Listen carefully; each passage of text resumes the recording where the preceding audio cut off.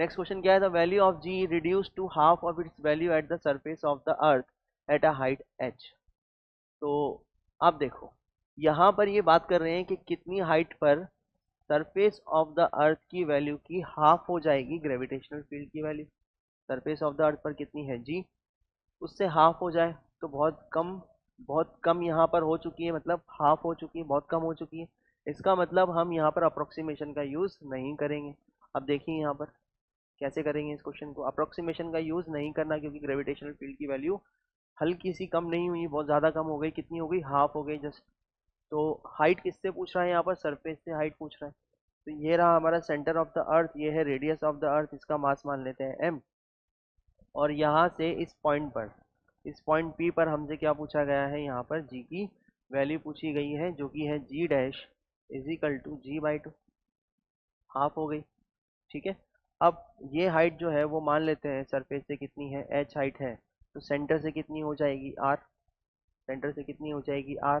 हम जानते हैं कि g dash is equal to gm divided by r square होता है, और g डैश की वैल्यू कितनी है, g divided by 2 is equal to gm divided by r square. ठीक।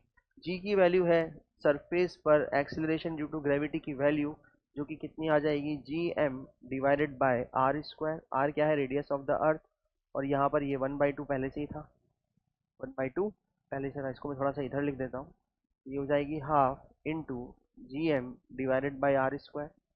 gm divided by R square किसकी वैल्यू है, स्मॉल g की, is equal to gm divided by R square.